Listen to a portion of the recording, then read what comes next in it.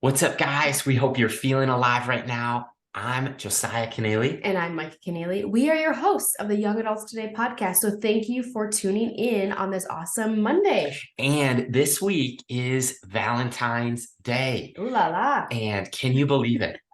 I can believe it. That's how fast years and times go. 2023, starting the year off strong.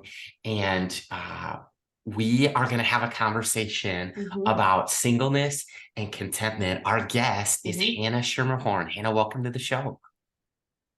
Hi, thanks for having me. Well, we are so thrilled to have you and to speak into this topic.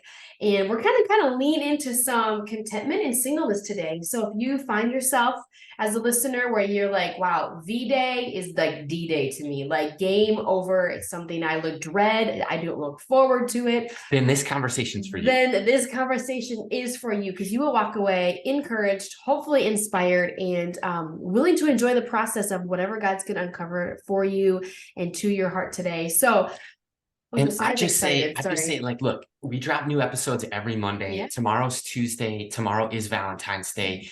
And our hope for you as a listener is that wherever you're at on the journey of life, single, dating, engaged, married, that you would find joy, that you would find contentment. And especially there might be a single person that God's placed in your life who maybe they just went through a heartbreak.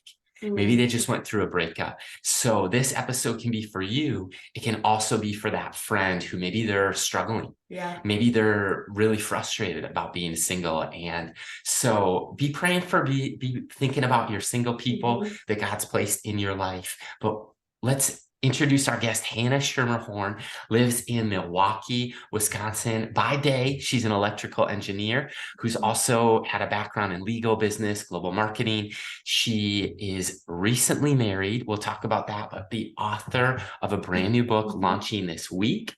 Great timing on that, Hannah, but it's called A Single Life to Live. Stop waiting for your life to begin and thrive where God has you today. And before we talk about singleness and contentment, which we will, Hannah, can you just share some of your life journey of your story, maybe from where you've come from and growing up and even into college and career? Yeah, definitely. Do you want more of the career side or the singleness side or both? Let's do both. Yeah, both. Okay, sounds good. I'll cover it all. Okay, so yeah, I'm Hannah. Thank you so much for having me. So I grew up in the church. So I kind of was raised Christian from my parents, everything like that. And I was born in Fond du Lac, Wisconsin, then moved to Milwaukee for college where I studied electrical engineering. While I was there, I kind of had this stereotype from my church culture that I would find someone in college and probably get married right after that, because that happened for a lot of my friends and people I looked up to and things like that. So in college, I actually found someone that I was dating for most of college. And as we reached graduation, we decided we wanted to take the next step and get engaged and then get married. So we got engaged and started planning our wedding. We decided where we were going to live, how many kids we wanted to have, all of those sorts of things. And we moved forward getting ready for our wedding. But then a couple months before we were going to get married, we got these books from our photographer. And there's a book that was his and hers, and it was How Well Do You Know Your Fiance? And there's all these funny questions in the books, like, what's their favorite movie? What's their favorite book? Things like that. But then there's one very particularly serious question of he's gotten over an addiction. And I was like, sweet, yes, he has, because we had worked through a lot of my fiance at the time having an addiction. And we kind of talked about how we wouldn't get married until we were sure we were past that. But when I asked this question, he said, actually, I haven't. And it's been a lot worse than it was before. So I was just devastated, and we tried to make things work. And it was just really hard. I took it very personally and was reaching a really, really dark place and just praying for God for clarity on the situation. But then one day we met up, and my fiance said that what he was doing wasn't a sin and that it was my fault that I had a problem with what he was doing. Other people would be accepting of it, and it was my fault that our relationship had reached where it was. So I was devastated, but it was what I needed to break off our engagements. And just a few months before we were supposed to get married, I became something that I did not expect, and that was being single. So reaching the end of college, I no longer had a plan of where I was going to live, I was going to get married, all those things. basically everything was wiped clean on my slate of what I planned for life, and I just had to trust and see what was going to happen. So I was pretty upset. I was very depressed, doing a lot of counseling, everything like that. I ended up getting a very different job than I expected. I went to a law firm and I did patent engineering, where I wrote patents for a long time. And then I didn't necessarily love that, because just sitting and writing patents is like the most boring form of writing. If you've ever written a patent, is so dry and so technical, and I like more fun writing than that. So after a year, I switched over to a company called Rockwell Automation, which does a whole bunch of automation of things like roller coasters or assembly lines or things like that. And I worked in the business, and then I also worked in marketing there. So I was doing all of that. But while that was going on, I kind of had this whole journey where, in 6 years of singleness, about from the time that I broke off that engagement to the time I started writing my book, I went from being really upset about being single and just being like, God, why do you have me here? What's the purpose of my life? I feel like I'm just stuck in a situation I don't like. Why do I need to be here? Wouldn't it be better just for me to die and be in heaven and be happy? Like, why do I need to be alive? And what am I supposed to be doing here? But as time went by, I had sermons and different experiences, mentors, meeting people, all sorts of things that really changed my mind. So I realized that 6 years after my engagement had been broken off, all of a sudden I just absolutely loved my life. And I was thrilled to wake up in the morning, and I felt like I had purpose and I had God's love, and I just had everything I need to really live a life that was fulfilling. And maybe sometime I would get married didn't matter to me. I knew God had a plan for me and everything was good where I was. So it took me a while. I started kind of writing down my journey and thinking about things and seeing different single people in the Bible and what they'd been through and how that applied to our lives as singles. I started thinking about it, but it took me a while to really be convinced to write the book. So I slowly kind of started doing it every night after I went home. And after a year, I had a manuscript, and then went on to have about 2 years of trying to get published, eventually got published last year. And my book is coming out this Valentine's Day. So I'm super excited. God's just blown my mind with all the things he's been doing. So exciting, Hannah. And what a journey, right? It might not be the journey that you had written, but we're also not the authors of our own story. God's the author and perfecter of our faith, our journey, and he has a plan through it all, in singleness, in relationships. And this past week, no exaggeration, I got 2 different text messages. One, young adult who, and we're young adult pastors, so this is part of our life and just investing in the faith of the next generation. But the first text was a young guy broke off an engagement. And heartbreaking. No breakup that I've ever went through or had known someone to go through is fun. Right. So we never want to minimize that. The second text, though, that I got is from a young couple that has been married about 8 years, 7, 8 years, and they're filing for a divorce. And what I'd say to somebody who's just gone through a breakup, or somebody who is single, is that Micah often says, you are single until your wedding day.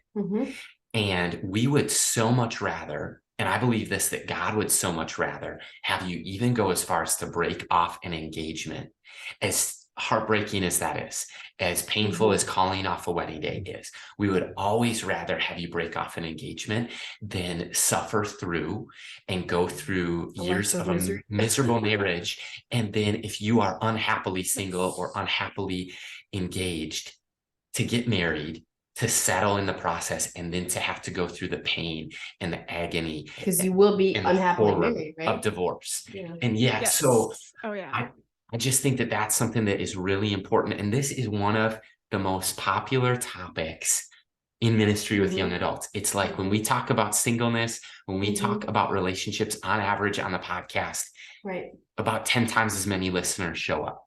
And Micah, why do you love the topic of singleness and relationships, dating, sex, waiting? Why do you love it so much? Oh man, I think I love it so much because I can relate to it. Very similar to elements of Hannah's story, and to see the hurts, hurdles, and hangups that people are walking through, to know that I've walked through it, and just it's an opportunity. Like God can take the ashes and make them a beautiful love story offered back to him, right? And I just love to see people set themselves up for success and choose God's way over the world's way or over their own way when it comes to relationships. Because when you marry your best friend, when you get to worship in church with your best friend, when you get to travel with your best friend and do life and build a family, build a house, build a future, and like all of that, like it's just so fun to see. Like I want to become the best version of myself, and the person that you choose to spend the rest of your life with should not bring out the worst in you. They should bring out the best in you and make you a better person in the process of you becoming a better person for not only yourself and for God, but for them and the people around you. So I guess I don't like to see the hurt and like the tears and the I wish I wouldn't have. Why did God allow this? Did I make the wrong decision? Like I would rather have people break something off and experience the hurt before they settle for a lifetime of, I don't know, disaster on earth and then begin to look elsewhere. So to see the pink flags before they turn into a red flag, I think it's so fun. And then to be able to come alongside so many of the people I've been able to mentor through, life and breakups like that. But then to be like, wow, we're invited to your wedding. You want us to marry you? You want us to marriage mentor you and marry you? And we believe in building strong marriages, not strong wedding days. Yep. So when we talk about marriage yeah. is a gift from God, singleness is a gift from God. And no matter what side you're on listening to this podcast, you're probably frustrated by what you don't have. Or if you're married, you might miss what you did have that you didn't take advantage of when you were single. I should have traveled more. I wish I would have spent more time with friends. I wish I would have furthered my education. I wish I would have got out of debt. I wish I would have, fill in the blank. We all have something large or small once you do get married that you're like, oh, I wish I would have managed my time a little better, or understood like, wow, I'm a slob and I really should have learned how to be a better roommate, whatever it is. Like we're always being prepared and groomed for something down the road that we don't always see or know. But it's those elements that I think I just love seeing people choose the right person instead of, settling for something along the way that's not of God and not prayed into it over. So that was my answer. Yeah. Nice. It reminded me too, like one of the stories that was super impactful for me was, something I'd learned since I was a kid. And that's the story of Joseph, where he went through years of just horrible thing after seemingly horrible thing after horrible thing. But then like God's working in all of that for this amazing ending. And whether that amazing ending is, oh yeah, I'm going to find someone, or maybe it's just a better life where I'm really serving God and I'm finding my calling, like God is working through all that. And that was such an eye opener to me of like, I can't see what the ending is. And Joseph had no idea what his ending was either. But in every situation, he just decided like, I'm going to make the most out of this. I'm going to work hard. I'm going to do this. And it's incredible. Yeah. It is incredible. We just heard Pastor Levi Lusko share, and he flipped the script on the story of Joseph, who was, as a young adult or a teenager, he had a dream and he shared his dream, focused on his dream. He was fixated on his dream. But Pastor Levi pointed out, like, it wasn't until Joseph started interpreting the dreams of others and helping other people's dreams, focusing on the dreams of other people, this selfless switch, this selfless act, to realize that it's not about me, and that even his dream was for the good of a nation and a generation and to save God's people. Like, but it wasn't until his story changed that he started focusing on interpreting the dreams of others. And I think that there's so many young adults, Hannah, who are waiting to get married, to live. Yes, and I was one of them. Wow. So we want you to talk about this, because so many people believe the myth where, oh, once I get married, my life will be cured. My problem is my singleness. And as soon as that problem's solved, I'll be content. When actually, I don't know that that's the case. I think that that can be such a myth. So can you talk about, what would you say to the person who's put their dreams, who's put their life on hold until the wedding ring or the wedding day, and they're hoping to spend hundreds of hours planning a wedding day, thousands of dollars? And what would you say to the young adult who's put their dreams on hold to wait to maybe be married someday? Yeah, I feel like there's so many pieces there, but I feel like there's a couple of key things, and that is the fact that regardless of if you like where you are or not, God is letting you be where you are for a reason.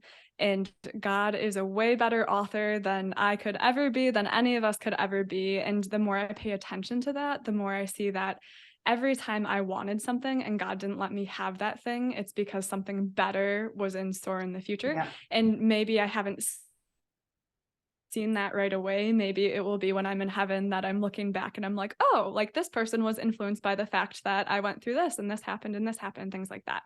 But God has you there for a reason. He's letting you be there for a reason. And he knows that you're struggling in it. He knows that you have pain in it, and he cares about that.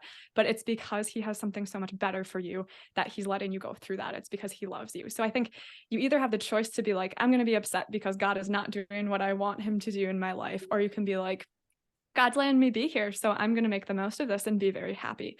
And I think the thing that helped me a lot was thinking about, what does my life need to look like so that I don't care if I'm single or if I'm married? Like, what steps can I take to move toward maybe what my calling is or my passion or things like that? In the beginning of my singleness, I had no idea, like, what do I want to be pursuing? What are these things? I have a job, but I'm not super excited about the job, maybe, is kind of how I felt. But then as I started thinking like, oh, I can start helping singles, I can do this. Then I started having this purpose and this calling where I would stay up till midnight every night, just writing and working on it and talking to people. And then I realized, as I'm doing this, it doesn't matter that I'm not in a relationship. I just love what God has called me to do right now. And this gives me so much excitement. This thrills me that whether I get married or not, like, that's awesome. That's a blessing that, I may or may not have. I might be blessed with singleness, might be blessed with marriage. That's totally up to God. Like, I love my life, and it doesn't matter what that circumstance is. And I think that's so good and refreshing, probably for the listener and also for us to hear, because I think it's so true to understand, like, God has a purpose in our singleness as well as in a future marriage, if that's a part of his plan, and to know that we're never going to arrive. I think specifically women, I feel like, maybe I'm speaking on a term, but many women that I've talked to, and myself included, like, when I get married, I'm going to arrive. And then you step back and you're like, wait, the person that I'm going to marry, like, they're not going to complete me. They should complement me. Like, our spiritual gifts, our skill sets, our personalities will strengthen and, just complement one another and not complete one another. And I think sometimes we are that person, we're idolizing a relationship that we don't have, or we're idolizing the person that we are dating. We put them on a pedestal and we put them before God. So when that relationship ends, it's like everything dissolves with it. Oh, who am I? What's my purpose? What's God's plan? I don't have a place to live. I don't know who I'm going to, like, share my life with. I don't know who's going to be the father to my children or the mother to my children. Oh my gosh, like, my education means nothing. Like, it may feel like that in the moment, but the reality of it is God is in it all. And when we realize that singleness is truly a gift, and I know you want to kind of come through your speakers or at the screen when I say that, singleness is a gift, but marriage is also a gift too. And when we steward our singleness well and we fix our eyes on God, we don't look for someone in the humanly realms to complete the role that God is supposed to be our everything. We don't look to that person to be our everything. We look to God. So Hannah, I would just love for you to maybe just dig a little deeper and share with the audience, like, how did you find contentment in God's plan for your singleness specifically? And maybe for the listener who's struggling, how would you just encourage them? Like, a little caveat of, like, and this is how I'd encourage you to fill in the blank. Yeah, I think the one really big piece of information that completely changed my mind about singleness was actually a sermon I went to. And it was a pretty basic concept, but it hit me so hard. And that was that our identity is that we're loved by God. I think with singleness, I just constantly had my identity as single, even at work and things like that. When people would ask, like, are you dating anyone? And I'd be like, oh, I'm embarrassed because I'm single and something must be wrong with me. And I have to tell, my random coworkers I'm single. Right. Like, I would view that as my identity and something that was wrong with me because, I don't know, society, something like that. Like, I'm supposed to be in a relationship now. I'm supposed to be married now. So it hit me, this one sermon that I listened to, of, no, all of those things aren't my identity. My identity is that I'm loved by God. And that means that it doesn't matter if I'm in a relationship, because a relationship doesn't mean I'm loved. It's that God loves me. It doesn't mean that, I can freak out because I don't know what my future is going to hold. It means that God has my future and he has good plans for me. So So I no longer have to be afraid about, oh, I need to go out to every single experience because the one might be there. And if I don't go out to this thing tonight, then, I might miss that person I'm supposed to meet. No, God has a plan for me. So, I can't change that. I can't, just manipulate my way into the thing I want. So I think just knowing that God loves you, he has a plan for you. He cares about what you're going through right now, and he cares about your experiences, and ultimately that he has the future for you of being in heaven with him. That's what he cares about. That's what he's working towards. That's what everything is.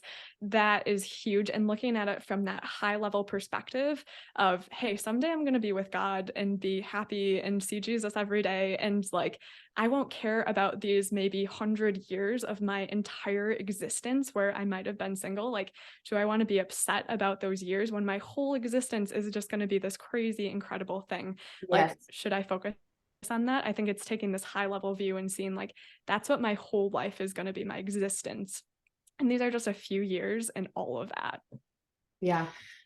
it's really amazing. And I agree with what you're saying of there's such a freedom when you realize that the banner over your life has nothing to do with single or married or a career title or a business card, or an Instagram bio, all of these things that we look to for significance. And when it clicks and you have that aha moment of I'm loved by the God and creator of the universe, who actually loved me so much that he paid a debt he didn't owe because I owed a debt that I could never pay for myself. Right. When the gospel awakens in your life and you recognize that's my identity, I'm a child of the Savior. I'm his chosen royal priesthood, his special possession. He's created for me and destined me for good works that he's already prepared in advance for me to do. That is an amazing aha moment. And at the same time, I'm just talking for a second to the leader who maybe you're serving on a college campus, maybe you're pastoring within a local church or a young adult ministry. I just want us to be really careful what we're promising people. Yes. And here's what I mean. I think that there has been a subculture, some call it purity culture, but essentially the idea was I kiss dating goodbye, I'm dating Jesus. And there was kind of a promise with sometimes in youth groups or in churches or at retreats where maybe you promise yourself for purity for God and your future spouse, and that is good. But then there was this almost like false expectation or precedent at times, not everywhere, not every church, not at every event, but there's some subcultures where if you read your Bible and you pray and you wait, God's got a spouse for you. Yes. And where you're going to is have that? an incredible intimate life together, and it's going to be so fulfilling for you on every level. And so Yes.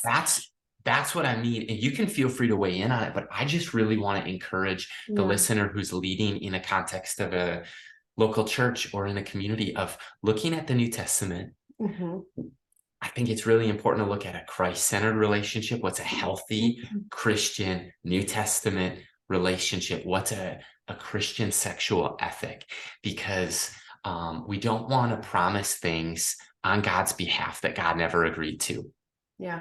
Exactly. Yeah, I'm so glad you brought this up because this was a really hard realization for me. When I broke off my engagement, everyone was like, "Oh, God has someone for you. Don't worry. Like, you just have to wait and you'll find this person."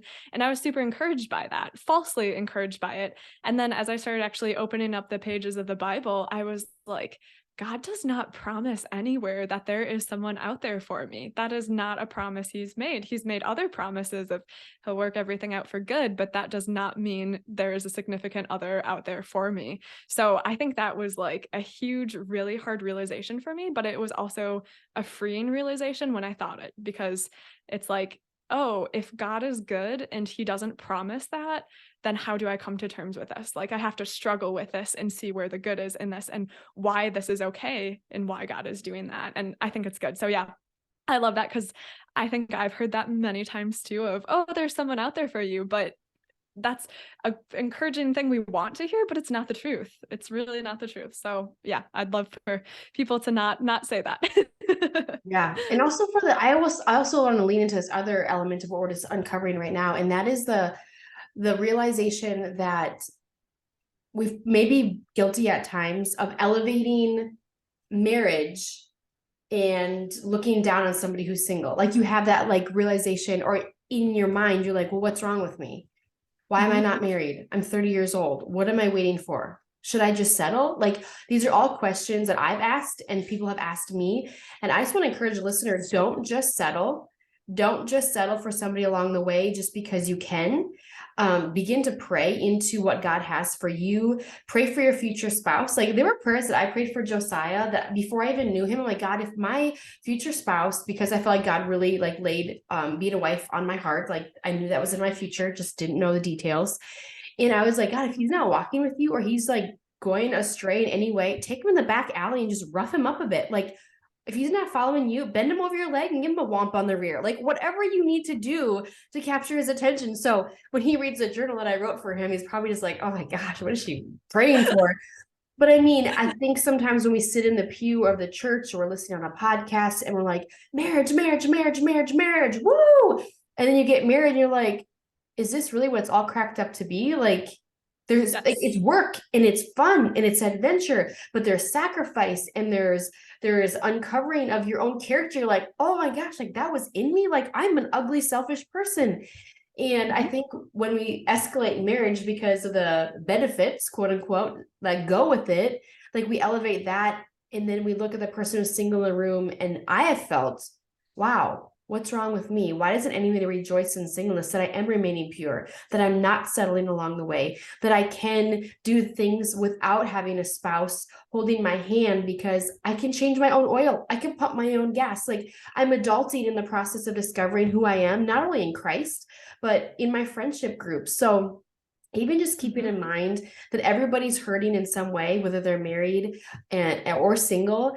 And I just want to encourage the listener, and just hopefully that encourages you. Like I think I've been in every chapter that we've talked about and felt those feelings, or had people in and of the church be like, Micah, what's wrong with you? And I'm like, nothing wrong with you. I'm praying for my future spouse. Well, you're too picky. No. I'm not picky. I'm particular because I'm not going to settle for somebody that God does not have just because they're willing to settle for me, because that's not fun or fair for anybody, especially when Christ's not the center of it or it's not prayed into. So I don't know. I just love talking about this. Sorry. We're having an Yeah. amazing conversation, Hannah. And one of the aspects of relationships and singleness is that I think that so often, again, and I'm looking at this through the listener who's a leader Yeah. serving at a local church, and it's no secret that singles are amazing volunteers and have amazing gifts that are to be utilized, Ephesians 4, for equipping the saints to do the work of the ministry. And at the same time, there is a opportunity for the local church to add value to every people group and to every demographic. And I think that so many times we as pastors or leaders within the local church look at everything that we can capitalize from like, oh, they bring such to the table, and it's like, what are we doing to add value to their life? Because that's what Jesus did, is he gave and he served and he lived his life to be a ransom for many. And so I would just say singles are young adults are amazing to serve in their spiritual gifts and in every department of your church. And at the same time, this is an opportunity for us to ask ourselves, how can we add value to the singles, to the college students, to the young professionals within our community?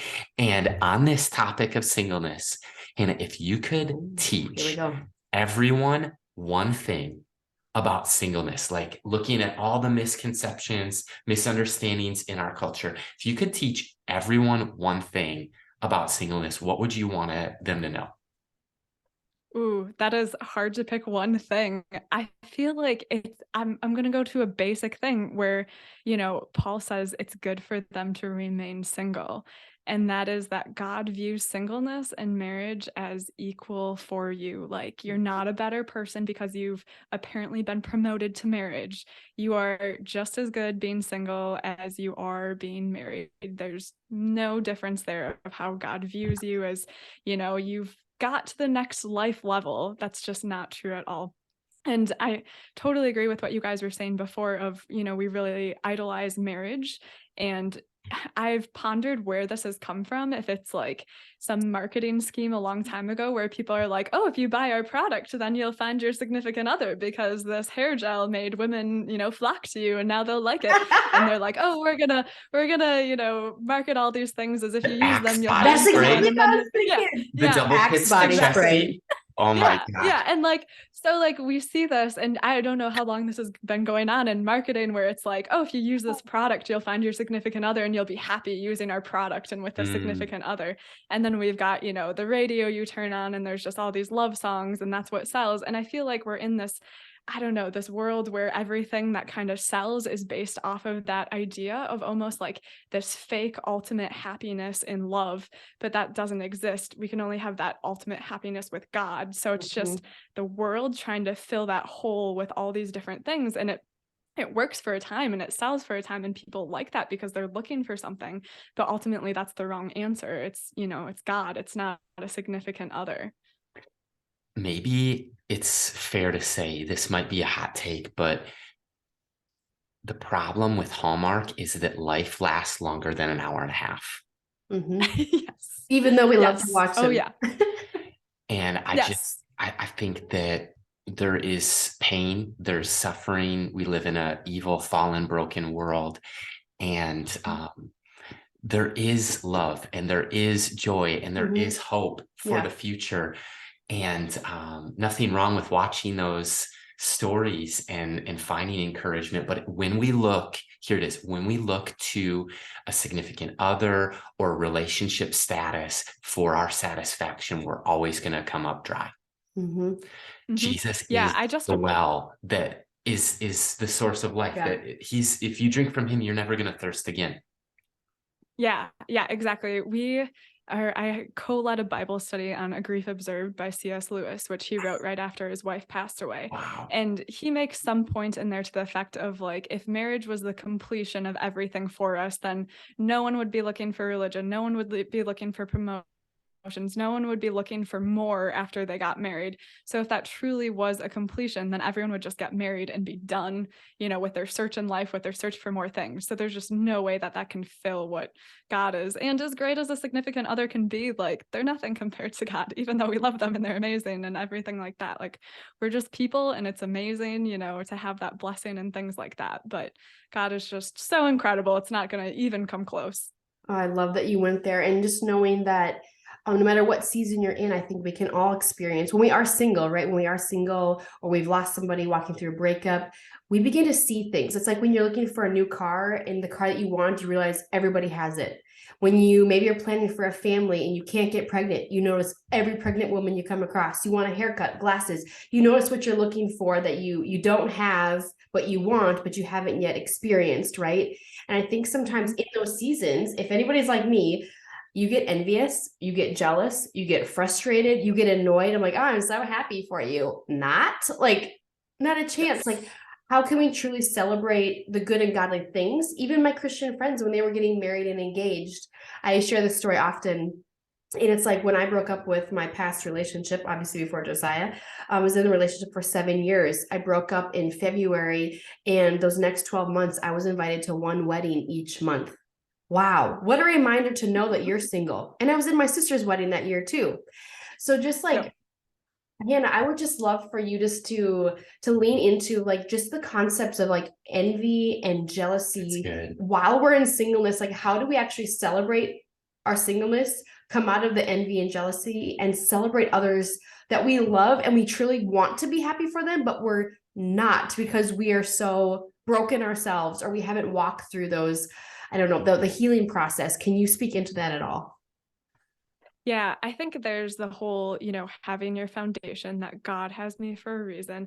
And I need to trust that there is a reason for me to be right here, right now, and trust that God has, my friend getting married. And I think for me, it was very easy to say, oh, did they do something that they got this and I didn't? Did I miss the sign up? Did something happen that this person, is getting marriage and I'm not? What's going on? But I think once I really, went into my calling of enjoying writing and talking about singleness and all these things, then again, I found it didn't matter that I was single because I liked what I was doing. And, they're getting married. That's a great blessing for them. But I have all these other blessings that are happening in my life that I'm just thrilled with. And I think another thing that really kind of surprised me in singleness was the great opportunity we have to talk about Jesus and to really be a light in singleness. Because what I found is, the world is going the way of everyone should love each other and care about each other. And as Christians, we kind of did that first. It's like, let's help the people in need. Let's do all these things. So I feel like a lot of culture is kind of, kind of similar to Christianity where there's not as many differences. But there's one area where we are so different as Christians, and that is being single. And people don't understand, like, oh, you're single and you're not sleeping around, you're not doing these things. Like, how in the world are you living this life? This lifestyle makes no sense to me. And I heard that over and over when I was single, and people would ask me out on work trips, and I'd be like, sorry, I can't sleep with you because I'm Christian and I love God and I'm not doing this. And people would just be shocked over and over and over, like, how can you live this life? This doesn't make sense to me. And that's where there's this huge opportunity to be like, I can live this life because I have God and God's empowering me to do this. And I trust God and God has a plan. So I think, I recently got married, and it was like a hard thing to be like, oh, I can no longer use singleness as a great outreach for myself personally, on how I live my life, because, now I'm married and that makes more sense. And more people are like, oh yeah, you can be married. We get that lifestyle. But singleness and actually following what God says for singleness is a huge testament and just a huge way to let our light shine to people who don't believe on this is what God can do in my life, even though it doesn't make sense to the world, this is what he can do. So I think that's a great thing. And once I started seeing that and God actually let me meet people where that made somewhat of an impact, I was so happy that I could have that when I went to the wedding, it's like, okay, I'm really happy that, this marriage is happening and this is a great picture of what's coming, and Christ and us and all of that symbolism and things like that. But I'm really happy because I know God is using me right now, and that is awesome. And I'd much rather have that than, God not using me. So yeah, that definitely helped me come to terms with things. It's incredible. And I think the other thing of what you're talking about really, Hannah, is why single Christians stand out. In a culture where there's a social norm where, hey, it might be common to kind of sample or test drive or sleep around or just to experiment. I think that, to your point, really the Christian sexual ethic is waiting for marriage. And I think that what we also come up against sometimes is that people who are claiming to be Christ followers make it clear on the first date that that's not their intention. And so this is such a common conversation for us that I just want to encourage the listener that you don't have to settle for something that violates your conviction. And I would just say, don't compromise for somebody else's pleasure, for somebody else's to settle for what? Like, so that they don't agree with you on self-control and discipline and honor. And so just such a powerful conversation. And before we get to the 5 and 5, one of the questions that we love to ask every guest, Hannah, is why they believe in young adult ministry and why investing into discipling the next generation matters so much. Oh, yeah. It's such an incredible ministry. I know for me as a college student, that is the time where, you're meeting other people, you're getting exposed to so many different beliefs and different ideas, and you're searching and you're trying to figure out what your life is, what you're doing, who you are, all of those things. So I think it's a really vulnerable time where we need so much support, and just the more we can get, the better to be, exposed to Christian community and have people uplift you. I know even in college alone, just the workload and things like like that were so, so hard for me. So having people who were praying for me, who were encouraging me, you know, who were just telling me how much God loved me during those really, really difficult times is so impactful. And for me too, everything really hard for me happened, you know, right at the end of college too. So there's just a lot to deal with there, and having a ministry again to uplift during that time is great. So I think it's great for helping to build a foundation for the rest of your life of, you know, during these times of huge changes, this is what I relied on God for. And now as I go to anything in the future, God is going to continue to help me just like he did in the past. I love that. I love that. And that's such an encouraging note to lean into as leaders and as followers of Christ, to know that God has us past, present, and future, and he sees us, he knows us. There's desires in us that maybe are lying dormant or have not yet been woken, but allow God to tame your heart in the process of waiting. And when we do that, like, we won't be disappointed because he has something and someone or a job or whatever it is. He has a better plan when we do and truly submit to him and we don't settle along the way. And we don't want to settle yet in this conversation, Hannah, because we have 5 questions. So we're going to have 5 minutes on the clock. Are you up for our challenge, the 5 in 5? Yeah, let's do it. All right, here we go. What is God teaching you lately? It can be anything, marriage, whatever you wanted us to know about you. What is he teaching you? Yeah. Well, so I just got married, so lots of things that we talked about before. I think something I knew, but it's been a good reminder with everything I'm talking about, is just because I'm married now does not mean that my problems go away. So, you know, I had anxiety before and I still have anxiety, and I have to, you know, work through that. Things are not going away. So just as I had to rely on God in singleness, I still have to rely on God just as heavily in marriage, and make sure I'm making time and doing all the things I was doing as a single person, because that is just as important. Nothing has changed there. So I think that's been a big thing just for me right now, and the very temporarily, you know, been married for a very brief time type of thing. I love it. That's awesome. Okay, one question that we'll lean into then is, was waiting longer than you expected to get married?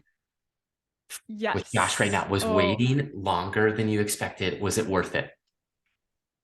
Yes, so worth it. So I think from the time I broke off the engagement, it was about 6 years to get to writing my book. It took about a year to write my book. And when I had one chapter left, which was a chapter I already kind of had in my mind, that's when I met Josh. And he actually asked me out, and I said no, because I'm like, nope, I'm single right now. I don't need to be dating, anything like that. Like, this is what I'm doing right now.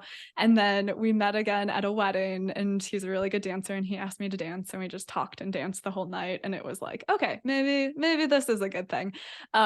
So yeah, and then 2 or 3 years later, we got married. But I think with that, it's really interesting, because the person I was going to marry before was kind of the person that checked all the boxes of what I thought was perfect for me. And now I've married, you know, someone else, and they're very different than the person that I thought was right for me. So once again, God is just showing, like, no, I know so much better than you what is actually right for you and what is good for you. So yeah, God's again blown my mind in this aspect too. I didn't expect to get married. I kind of thought, like, I'm going to be single forever, and that's totally fine. And I'm going to talk about my book, and it's going to be good. But in all the waiting and everything, God had someone for me. And yeah, it's been incredible and so amazing. And I'm very happy. Like, I feel like every single thing that's happened to me, I would go through again to get to this point. Like, God's just done so much good stuff with that. That's so good. Okay, so here's a curveball for you, Hannah. If you could ask Josiah and I any question under the sun, what would you ask us today? Ooh, I would say, what has been like unique or surprising when it comes to singleness for your ministry? Ooh. Anything that stuck out that's kind of surprised you with like the next generation? Oh my gosh, there's so many things. You want to go first? I know. I think what has surprised me is that even like, it's really easy for me to look at it from a standpoint of, we talked about that last year, or we talked about that 3 months ago, and the need to have that conversation. But here's the reality. Young adult ministry is very transient. So people might be with you a semester, a year, 4 years. And to be reminded of the promises of God often. And for hope during waiting. I think of Advent too. Like, this is why we slow down to remember the babe in the manger. So I think that for me, it's just been surprising that this is a conversation not to just have once and for all. Right. The best conversations are usually ongoing. Yeah, I think what I've learned working with a lot of women who are single is this incessant need to be married yesterday. And they're like not even out of college. They're like 20, 21, 22. They're like, I want to be married. I want to be married. I want to be married. And I guess that's not a bad desire, but what I want to encourage them in their singleness is like allow God to tame who you are and develop your character before you just jump into a relationship with anybody, before you jump into marriage, before you, jump into the bedroom, before you jump to having kids. Like, just breathe and allow God to heal any and all things before you say yes. So the desire to get married was in their hearts is so young. And I say that now because I'm way older than them. So I'm like, okay, I'm like, I don't know, 12, 15 years older than so many of you. But when I was that age, I felt the same thing, So what surprised me is their willingness and their desire to talk about love, sex, dating, and waiting. And they want to know, don't tell me don't do it. Tell me why I shouldn't, or tell me what God has in store for me in my singleness. And that doesn't necessarily surprise me, but I think people surprise me in the process of what God reveals to them in their season. So to know that we just get to be a little piece in their puzzle, or maybe of their story, that we can shine light and just, speak truth into their singleness and hopefully just encourage them in that process. So that's what I would think I would say. Yeah, awesome. It's a fun question, Hannah. And back to you. Question 4 is the travel question. I know you were just in Hawaii, but is there any place that you guys have on your bucket list that you'd love to travel someday? Yeah, I feel like there's so many, so it's hard to even pick. I think New Zealand is one because it's a longer flight. So every time I look at going, it's like, oh, that would take up a couple days just flying there. So I always don't do it, but it looks like such a beautiful place, and like Lord of the Rings and all the Chronicles of Narnia, things like that were filmed there. Every time I see them, I'm like, I want to go there. It looks so pretty. So that's a high up one. I just need to wait till prices are cheaper and flights are easier to come by. Just work on your second book while you're in the air, okay? Yes, exactly. That's like, now I'm like, oh, I can travel around and do this. So this is good. Yeah, that's a great plan. I love it. Well, Hannah, here's your final question and time that we have with you today. If you could leave the listener with one word of encouragement, what would you leave them with? Yeah, I think just remember that you are loved by God, and don't just, think like I do from the time I was little, Jesus loves me, this I know. Think about that means every single day I wake up and God has a plan of what's in store for me. It means he cares about every breath I take. It means he cares about every thought that crosses my mind, whether it's good or bad. He cares, and he's paying attention, and he has plans, and, he knows what is going on, and he has such a beautiful future in store for us, whether, it's singleness, marriage, or, something with career, something otherwise, ministry, all of those things. God loves you, and that means that your life is just going to be so incredible with him by your side, no matter what you go through. Never alone, never unloved, always with him. He's for us. He's with us. He goes before us. He's our rear guard, and we're loved by him. And that's a great message, Hannah. We just want to say thanks so much for joining us today. Yeah, thanks for having me. 100%. And hey, for our listeners who are on the Young Adults Today podcast, we're doing something special tomorrow on Valentine's Day. On our other podcast, it's called FYI for Young Individuals. We're going to dive deep one more time into this topic about worth, the wait, content, and singleness. So be sure to check it out. Share it with any of your single friends. And Hannah, one more time, circling back to you. Thanks so much. Thank you.